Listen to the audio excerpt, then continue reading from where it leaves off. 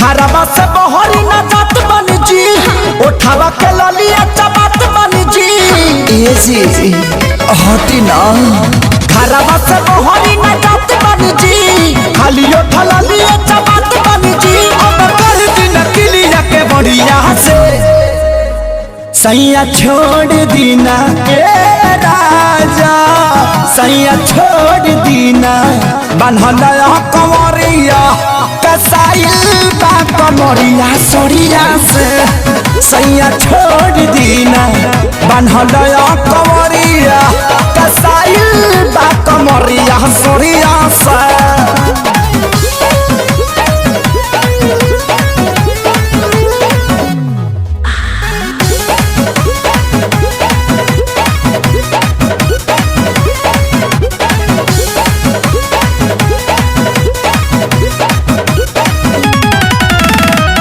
लागता दरदिया पोरे पोरे देहब का ए राजा, खाए वाला थरिया के फोर देहब का।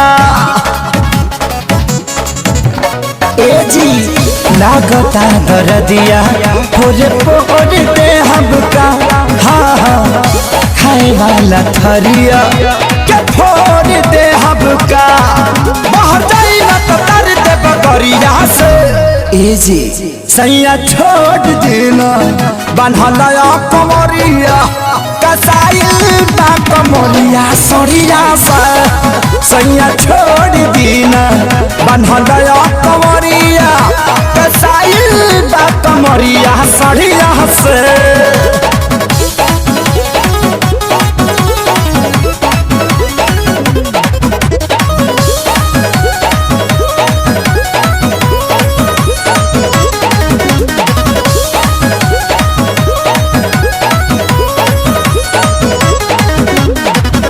सैया खेसारी बड़ा पानी बेदर्दी जी। ए जी छोड़ब करौरा छपवाइए कहर दीजी।